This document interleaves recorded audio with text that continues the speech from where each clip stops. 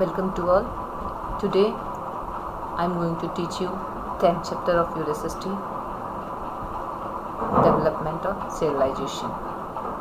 In this chapter we will study about the different civilization present in world and the Indus Valley civilization.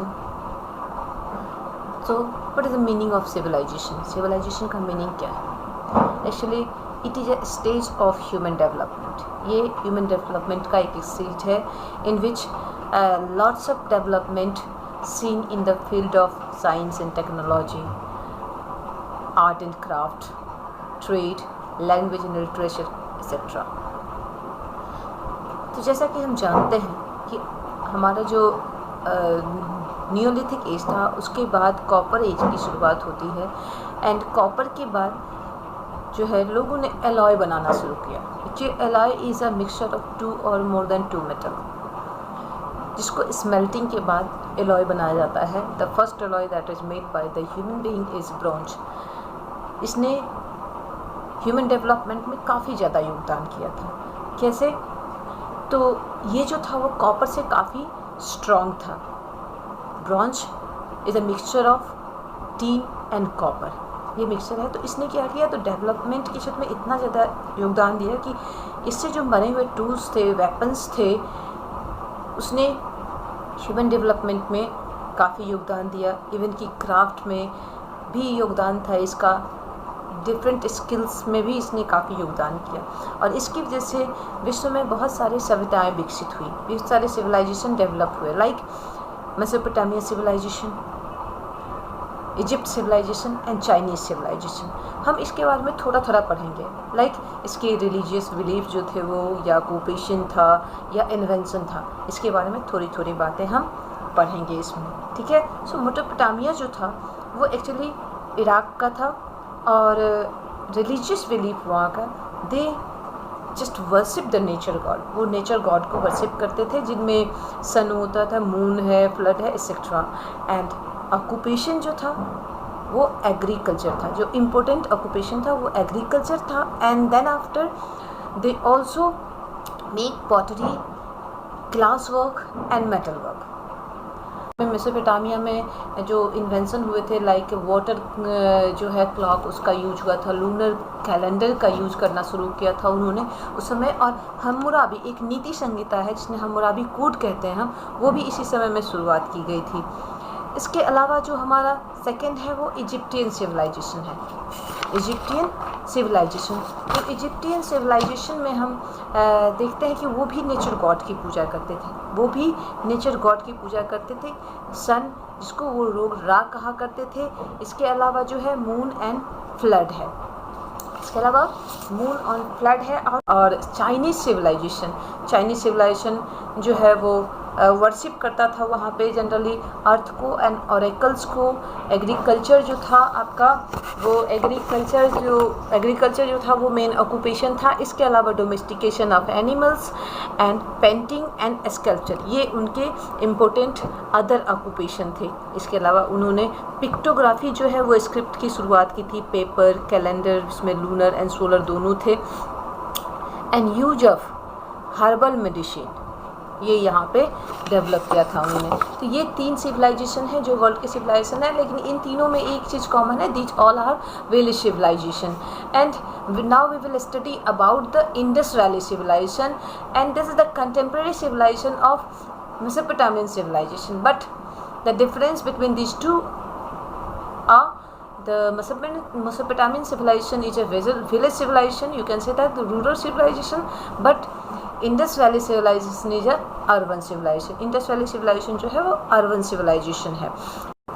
So now let's just study about the Indus Valley civilization. Actually Indus Valley civilization के बारे में हम लोगों को पहले जानकारी नहीं थी.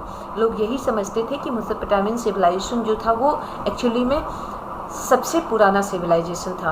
लेकिन इन 1921 दयाराम साहनी ने इस जो है सभ्यता की खोज की थी in Harappa, which is in Punjab.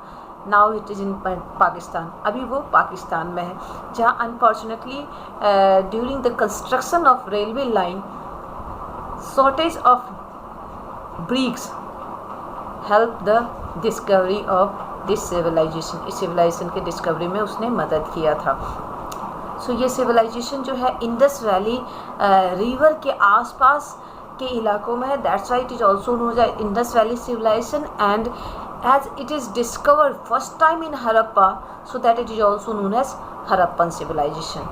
इस civilization के बहुत सारे फीचर्स हैं, बहुत सारे फीचर्स, जिसमें सबसे पहला फीचर्स जो है वो है सिटी प्लानिंग, जो है वो सिटी प्लानिंग है। एंड सिटी प्लानिंग में इतना डेवलप सिटी उस समय में था जो आज भी हम उसको देख के कह सकते हैं कि at present we can not find such kind of plan city. आज भी उस तरह के प्लान सिटी को पाना हमारे लिए मुश्किल है। सो क्या प्लानिंग था उस सिटी का? तो सिटी जो थे वो दो भागों में डिवाइडेड थे। City is divided into two part, Citadel and lower town. Citadel जो था, सिटाडेल का मतलब होता है जो अपर क्लास लोग वहाँ रहते हैं, उठा हुआ पोर्शन भी कहा जा सकता है उसको। तो सिटाडेल जो था वो सराउंडेड था, ऐसा एरिया जहाँ पे ऑफिशियल्स या कह सकते हैं कि वहाँ जो राजा, हालांकि ऐसा कोई एविडेंस नहीं मिला हम लोगों को कि राजा थे या नहीं थे, बट उस कैटेगरी के लोग वहाँ रहते थे जो है। उसके अलावा वहाँ पे और भी तीन चीज़ें हमको देखने को मिलती है सिटाडेल में। वो क्या था? Great bath, granary and town hall. ये तीन चीज़ अप्रॉक्सीमेटली जितने भी सिटाडेल मिले हैं हड़प्पन सिविलाइजेशन के डिफरेंट सिटीज़ में, उनमें ये तीन जरूरी थे। In Hindu mythology it is told that water is a great purifier. Water जो है वो एक ग्रेट प्यूरीफायर है, जिसकी वजह से जब भी कोई पर्व त्यौहार या फिर कोई भी फेस्टिवल्स होते हैं तो उसमें अगर कोई पूजा है या कुछ है तो हम सबसे पहले बाथ लेते हैं। तो और जैसे कि अभी सामूहिक स्नान की बात जहाँ तक होती है, कॉमन बाथ के स्नान, तो जैसे लोग गंगा स्नान करने जाते हैं या फिर कोई नदी में स्नान करते हैं किसी न किसी फेस्टिवल में, जैसे मकर संक्रांति होती है या पूर्णिमा वगैरह होता है, तो वहाँ ऐसा लगता है कि वहाँ पे भी इस तरह के कोई फेस्टिवल या ओकेजन्स होते होंगे जिसमें लोगों को एक साथ स्नान करने की व्यवस्था करने के लिए ये ग्रेट बाथ का निर्माण किया गया होगा। ये ग्रेट बाथ बहुत ही अच्छे तरीके से बनाया गया था। ऐसा था कि इस नॉर्मल पॉन्ड नहीं था, बल्कि जैसे आजकल में स्विमिंग पूल होता है उसी तरह से स्ट्रक्चर्ड था वो, यानी उसमें वाटर सप्लाई के साथ साथ वाटर ड्रेनेज का भी पूरी तौर पे व्यवस्था की गई थी। And floor of the great bath is water proof. वो वाटर प्रूफ था, पानी का कहीं से लीकेज नहीं होता था, उसमें पानी डाला भी जाता था एक रास्ते से और दूसरे रास्ते से अगर पानी को रिमूव भी कर दिया जाता था। क्या नेक्स्ट था granary. Granary is a store house. वो स्टोर हाउस था जिसमें ग्रेन को स्टोर किया जाता था in the time of flood और that it was distributed among the people. ये डिस्ट्रीब्यूट किया जाता था पीपल के बीच में। And third is town hall. ऐसा कहा जाता है कि हो सकता है कोई सभा वगैरह होती हो तो वहाँ पे उसी टाउन हॉल में सभा होती होगी। हाँ, देन आफ्टर अब हम चलते हैं लोअर टाउन की तरफ। तो लोअर टाउन जो था वो एक्चुअली रेसिडेंशियल एरिया था। रेसिडेंशियल एरिया था किनका? तो कॉमन पीपल का। Craftsman, labourer and farmers live in lower town. And जो लोअर टाउन के घर बने हुए थे वो side of the road, main जो डोर था वो कभी भी मेन रोड पे खुला हुआ नहीं होता था उस समय में। एंड ड्रेनेज की व्यवस्था मार्वलस थी। ड्रेनेज फ्रॉम द किचन और bathroom connected with the small drainage of street and the small street drain connected with the big drain of city. बड़े जो ड्रेन थे उसमें कनेक्टेड होते था और वो जो है वाटर को आउटसाइड द सिटी डिस्पोज कर देते थे। ड्रेन जो था वो ड्रेन टोटली कवर्ड था। कहीं कहीं बीच में बॉक्सेस टाइप्स बनाए जाते थे जिसमें अगर बाई द वे कचरा पड़ जाए तो उसको निकाला जा सके, और इस तरह से उसको स्ट्रक्चर किया गया था कि पानी एक बार अगर घर से छोड़ा जाता था तो वो डायरेक्ट सिटी से बाहर जाके ही गिरता था। इवन जो स्ट्रीट बने हुए थे उस समय में इंडस वैली के, वो स्ट्रीट जो थे सब राइट एंगल पे एक दूसरे को काटते थे, जिसकी वजह से होता ये था कि अगर एक तरफ से हवा चलती है तो वो हवा सड़क के जितने भी कचरे होते हैं उनको स्वीपिंग करते हुए जस्ट आउटसाइड द सिटी वो पहुंचा देते थे उसको। तो कह सकते हैं कि जो यहाँ का टाउन प्लानिंग था वो बहुत ही अच्छा था। आज के डेट में भी हमें ऐसा टाउन प्लानिंग देखने को नहीं मिलता है। Next we will study about the occupation. अब हम ऑक्यूपेशन को पढ़ेंगे इसमें।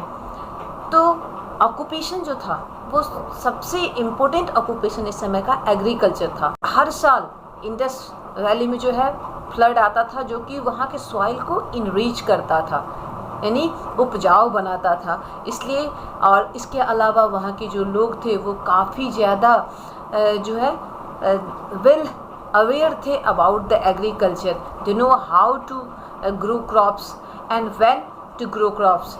इसके अलावा बहुत सारे मेथड थे इरिगेशन के, एंड बहुत सारे टूल्स भी बनाए गए थे like plough, sickle etcetera, which help them in agriculture, जो उनको एग्रीकल्चर में हेल्प करते थे। एंड इसके अलावा जो और ऑक्यूपेशन थे that is connected to the agriculture, वो भी अप्रॉक्सीमेटली कनेक्टेड थे एग्रीकल्चर से, like domestication of animal and pottery making. ये भी वहाँ ऑक्यूपेशन के तौर पे था। जो वहाँ पॉटरी बनाए जाते थे, टेराकोटा टॉयज जो था वो भी था। व्यापार भी वहाँ का एक इम्पोर्टेंट ऑक्यूपेशन कह सकते हैं। वहाँ पे व्यापारी लोग भी थे। और हमारा जो वहाँ से सील वगैरह या फिर जो इंस्ट्रूमेंट मेसोपोटामिया या सुमेरिया वगैरह में मिला है, इससे ये भी दर्शाता है कि वहाँ के लोग दूर दराज के देशों में भी व्यापार करते थे। Now come to the point of religion. Seal जो है वहाँ का जो सबसे एक सोर्स है इंफॉर्मेशन का जो हमें रिलीजन के बारे में बताता है। उस सील पे जो है पंचिंग किया गया है या फिर मार्क्स या साइन बनाए गए हैं बहुत सारे गॉड्स के, और जैसे स्वास्तिक का साइन है या फिर ऐसे गॉड जो कि योगी है जो ध्यान मुद्रा में बैठे हुए हैं, उनके चारों तरफ एनिमल्स हैं। फिर एक मदर गॉडेज की है। जनरली बुल के जो है बहुत सारे साइन मिलते हैं उस वहाँ के सील के। तो seal is the most source of information about the religious belief of Indus valley civilization. तो ये सील के आधार पे हम कह सकते हैं कि वहाँ जो थे लोग मदर गॉड की पूजा करते थे, नेचर की पूजा करते थे। और एक पशुपति का भी एविडेंस है, जिसको योगी के तौर पे जो हम कह रहे हैं कि योगी की एक स्टेचू मिली है जिन के चारों तरफ एनिमल्स घूम रहे हैं और त्रिनेत्र है वो। तो पशुपति की भी पूजा वहाँ लोग करते थे। नेक्स्ट स्क्रिप्ट है। जैसा कि मैंने आपको अभी भी बताया कि जो वहाँ का हमारे पास में कोई रिटन रिकॉर्ड नहीं है और जो भी है वो अभी पढ़ा नहीं जा पाया है। तो जो रिकॉर्ड है उस पर जो कुछ भी लिखा हुआ है, जो लिखा हुआ है दैट इज़ इन पिक्टोग्राफी। वो पिक्टोग्राफी यानी पिक्चर बना हुआ है, जिसको एक दूसरे से कनेक्ट करने के बाद भी अभी तक उसको हम क्लियर नहीं हम लोग कर पाए हैं कि वो क्या लिखा हुआ है। अप्रॉक्सीमेटली 375 to 400 साइन उसमें है। जो पिक्टोग्राफी जो रिटन कुछ भी हम लोगों को मिला है उसमें यही दिखने को मिलता है। Next is life. सोसाइटी कैसा था वहाँ का। तो जैसा कि हम जानते हैं कि लिखा हुआ तो कुछ है नहीं, तो वहाँ से जो एविडेंस हमें मिले हैं उसके आधार पे हम कह सकते हैं कि सोसाइटी काफ़ी पीसफुल थी और बहुत ही एंजॉयफुल थी भी। तो वहाँ इंटरटेनमेंट के लिए भी बहुत सारे चीज़ थे लोग यूज़ करते थे। लाइक उसमें आप कह सकते हो चौसर खेलते थे या फिशिंग, सिंगिंग, डांसिंग, ये सब। Girls wear ghaghra and shawl, man wear dhoti and both man and women both wear ornaments. Ornaments दोनों यूज़ करते थे। जो ऑर्नामेंट्स जनरली मेटल के तो नहीं, लेकिन वो स्टोन या फिर आइवरी और बोन के बने हुए होते थे वो सारे ऑर्नामेंट्स। तो बहुत सारे जो स्टूडेंट्स हैं उनको जो है इसमें काफ़ी कंट्रोवर्सी है, सबके अपने अपने विचार हैं, लेकिन जो ओवरऑल आया है उसके हिसाब से कहा जा सकता है कि जो नेचुरल डिजास्टर थे वो इसके सबसे बड़े कारण थे। Natural disaster like earthquake, flood और change the in course of Indus river. बराबर ऐसा होता भी है कि कभी कभी रिवर्स जो है अपने रास्ते बदल लेते हैं। तो हो सकता है कि रास्ते बदलने के चक्कर में ये जो सिविलाइजेशन है वो इंड हो गया हो, या फिर लोग परेशान होकर के उन जगहों को छोड़ करके दूर दूर कहीं और निकल गए हों। आखिर में इस सिविलाइजेशन का जो है अंत हुआ, और अगले चैप्टर में हम लोग दूसरे सिविलाइजेशन के बारे में पढ़ेंगे, जो सिविलाइजेशन वैदिक सिविलाइजेशन होगा। Thanks for watching video.